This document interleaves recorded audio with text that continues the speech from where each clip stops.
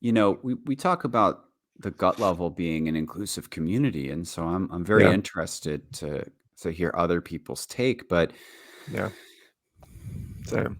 like we're animals. Like we forget, I think, and I don't think we have a lot, right? Like a lot of times we don't have that conversation, We right? don't. It wasn't that long ago, right? In terms of our history of being humans, that like we are animals for the most.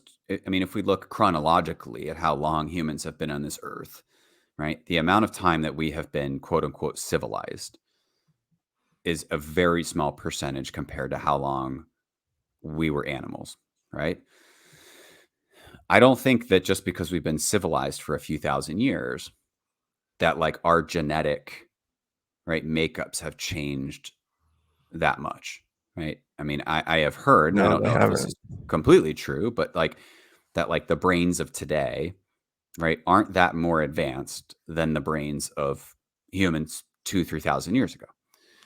I think certain Um, parts of the brains are, but in total, no. yeah. So when we talk about dominance, it's right. Like dominance in the wrong way, of course, comes out as misogynistic, Right, abusive, right. egotistical, right? Narcissistic, right? Yeah,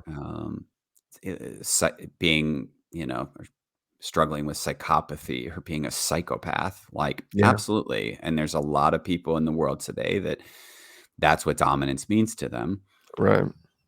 I also think that, like, inherently, we have something inside that says, I want to win, that I want to provide, that I want to have safety and security, right? So if I don't have these underlying parts of myself that say, I need to provide for myself, I need to provide for those people I love, I need to protect the people I love, right?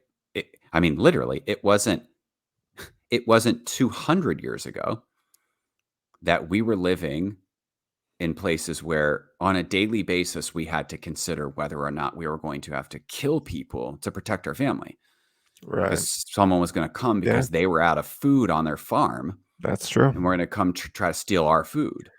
There's So still places in the world that are like that today. 100%, we're Yeah, super lucky that we're in the US. yeah. But the reason I say this in respects to dominance is that um, I don't think there's anything wrong with showing up in the world in a grounded way as wanting to win. Mm, Like, you're an athlete. I'm an athlete. Was there any point where it was like, no, the thing I should do today is, not win, not compete, I not mean, literally, if I'm one on one with this person, I'm gonna win. I'm going to win. Yeah, So I think that the problem for me stems from when dominance turns into these really messed up things hmm, where like that means that I'm dominant over my intimate partner. Absolutely not. Like right. my relationship is on equal ground, right? In every way. Hmm. And what I would tell you, as she would, is that she wants me to be dominant in certain ways.